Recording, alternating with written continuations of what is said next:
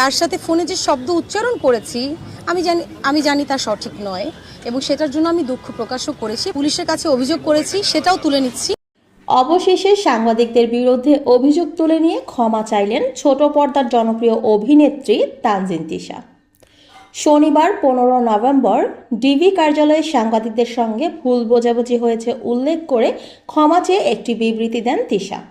পাশাপাশি পুনরায় একসঙ্গে কাজ করার জন্য আহ্বান জানান এই অভিনেত্রী।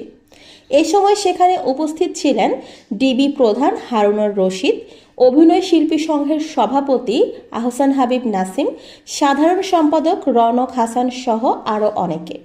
তিশা বলেন, আপনাদের সঙ্গে ভালোবাসা ও সহযোগিতায় অভিনয় শিল্পী তানজিন তিশা।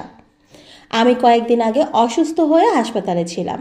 সেখান থেকে বাসায় ফেরার পর দেখলাম দু একটি নিউজ পোর্টাল আমার আত্মহত্যার চেষ্টা শিরোনামে নিউজ করেছে। এমন সময় সাংবাদিক তামিম, যার সঙ্গে আমার পূর্ব পরিচয় নেই, সে আমাকে একটি মেসেজ করে, যেটি পড়ে আমার কাছে মনে হয়েছে প্রশ্নটি এই সময়ের জন্য যৌক্তিক ছিল না। অভিনেত্রী আরও বলেন, আমি ভাবতেই পারিনি এই সময় আমাকে কেউ এমন বিষয়ে মেসেজ করতে পারে বা একজন নারীকে এমন প্রশ্ন করতে পারে। আমি নিজেকে সামলাতে না পেরে উত্তেজিত হয়ে তাকে কল দিয়ে মেসেজের বিষয় নিয়ে নিউজ করলে আমি সর্বোচ্চ ব্যবস্থা নেব বলি। আমি তার সঙ্গে ফোনে যে শব্দ উচ্চারণ করেছি আমি জানি আমি তার সঠিক নয়।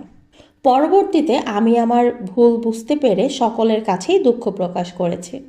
এর মধ্যে আমার ফোনের রেকর্ড শুনে অন্যান্য সাংবাদিকরা রেগে গিয়ে প্রতিবাদ করেন, যা খুবই যৌক্তিক। তবে আমাকে এবং আমার পরিবারকে ঘিরে অনেকেই অসত্য, মন গড়া আজেবাজে সংবাদ ও লেখা সোশ্যাল মিডিয়াতে লেখেন, যাতে একজন নারী হিসেবে, একজন শিল্পী হিসেবে ভীষণ অসম্মানজনক। তিশা বলেন, এমনকি অনেকে আমি ছাড়াও সকল শিল্পীদেরকে সাইবার বুলিং, হুমকি ও নানান কুৎসা রটনা করতে থাকেন। এসব দেখে আমি ডিবি অফিসে অভিযোগ করতে আসি। সেখানেও গণমাধ্যমকারীরা আমাকে প্রশ্ন করলে আমি তামিমের সঙ্গে তার প্রতিষ্ঠানের কথাও উল্লেখ করি, যা একদমই উদ্দেশ্যমূলক ছিল না, এবং এটা আমি তামিমের পরিচয় বোঝাতে গিয়ে উল্লেখ করি। সেজন্য আমি প্রতিষ্ঠানের সকলের প্রতি দুঃখ প্রকাশ করছি। তামিম তার ভুল বুঝতে পেরেছে বিধায় আমি পুলিশের কাছে যে অভিযোগ করেছি সেটাও তুলে নিচ্ছি।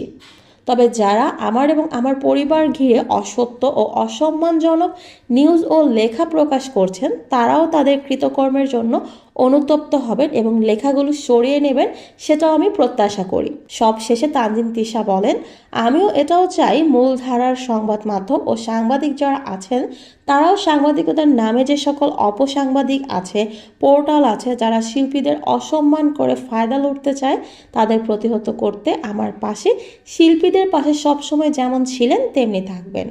যারা সবসময় আমার পাশে ছিলেন, আছেন এবং আমার সংগঠন অভিনয় শিল্পী সংঘ বাংলাদেশের প্রতি ধন্যবাদ ও কৃতজ্ঞতা প্রকাশ করছি। সবাই ভালো থাকবেন, সুন্দর থাকবেন।